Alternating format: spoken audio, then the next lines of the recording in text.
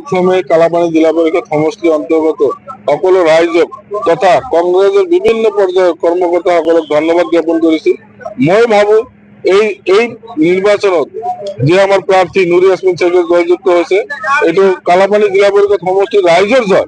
এইটো নুৰি ইয়াছমিন শেখৰ জয়, কালাপানী জিলা পৰিষদ সমষ্টিৰ ৰাইজৰ জয় মই ভাবো।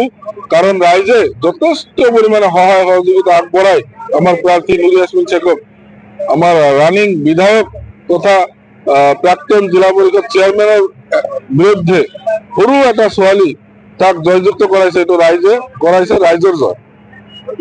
ৰাইজৰ হৈ বহুত কাম কৰিবলগীয়া আছে। মই ফিল্ডত যেতিয়া গৈছো ৰাইজৰ লগত মত বিনিময় কৰিছো। বহুত ৰাস্তা ঘাটৰ সমস্যা আছে, মই বহুত জায়গাত কথাও দিছো।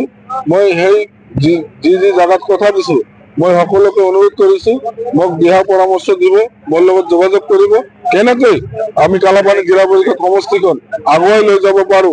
মই ইনশাআল্লাহ আমাৰ শেষ বিন্দু তেজ থাকালৈকে আমি কালাপানী জিলা পৰিষদৰ হৈ কাম কৰি যাম, ৰাইজৰ মাজত থাকিম। মই 35,000 প্লাস ভোট পাইছো, 10,000তকৈ অধিক ভোটত জয়যুক্ত হৈছো। আমাৰ জিলা পৰিষদৰ প্ৰাক্তন সভানেত্ৰী মেৰিনা খান ডাঙৰীয়ানীৰ লগত প্ৰতিদ্বন্দ্বিতা হৈছে। আজি সঁচাকৈ ক'ব গ'লে বহুত আনন্দিত লাগিছে, মানে এইটো মই ভাষাত প্ৰকাশ কৰিব নোৱাৰিম। সেইকাৰণে মই বাৰে এটাই কথা খালি ভাবি আছো যে কালাপানী জিলা পৰিষদ সমষ্টিৰ ৰাইজক মই কেনেকৈ লগ কৰিম, কেনেকৈ ধন্যবাদ দিম, আপোনালোকৰ মাধ্যমত দিছো। মই নিজে গৈও মানে যিকেইটা জায়গাত আমি যাব পাৰো আমি যাম, লগ কৰিম, ধন্যবাদ দিম সকলোকে। কারণ সকলে চেষ্টা করার কারণে আজি রানিং বিধায়ক থাকা অবস্থাতো আমার বর্তমান যিটো চেয়ারম্যান আছিলে তার এগেইনষ্টত রাইজে ভোটদান করেছে, মই রাইজক ধন্যবাদ দিবই লাগিব। আমার পঞ্চায়তের পৰা জিলা পৰিষদেৰ পৰা যিমানখিনি কাম কৰা সম্ভব মই ইনশাআল্লাহ চেষ্টা কৰিম। মই আগতে বহুত কাম কৰিছো, মই কাম কেনেকৈ কৰিব লাগে মই এইটো জানো, খালি ৰাইজৰ সহায় সহযোগিতা লাগিব।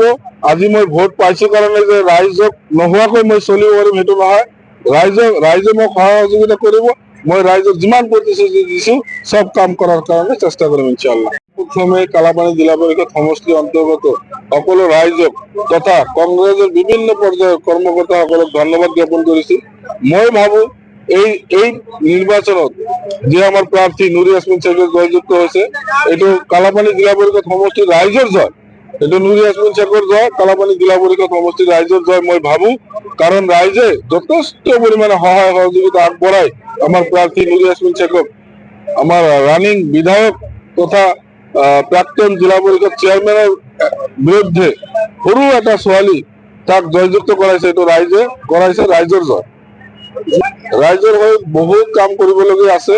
মই ফিল্ডত যেতিয়া গৈছো ৰাইজৰ লগত মত বিনিময় কৰিছো। বহুত ৰাস্তা ঘাটৰ সমস্যা আছে, মই বহুত জায়গাত কথাও দিছো। মই সেই যি জায়গাত কথা দিছো মই সকলোকে অনুৰোধ কৰিছো মোক দিহা পৰামৰ্শ দিব, মোৰ লগত যোগাযোগ কৰিব, কেনেকৈ আমি কালাপানী জিলা পৰিষদ সমষ্টিখন আগুৱাই লৈ যাব পাৰো। মই ইনশাআল্লাহ আমাৰ শেষ বিন্দু তেজ থাকালৈকে আমি কালাপানী জিলা পৰিষদৰ হৈ কাম কৰি যাম, ৰাইজৰ মাজত থাকিম। মই 35,000 প্লাস ভোট পাইছো, 10,000তকৈ অধিক ভোটত জয়যুক্ত হৈছো। আমাৰ জিলা পৰিষদৰ প্ৰাক্তন সভানেত্ৰী মেৰিনা খান ডাঙৰীয়ানীৰ লগত প্ৰতিদ্বন্দ্বিতা হৈছে। আজি সঁচাকৈ ক'ব গ'লে বহুত আনন্দিত লাগিছে, মানে এইটো মই ভাষাত প্ৰকাশ কৰিব নোৱাৰিম।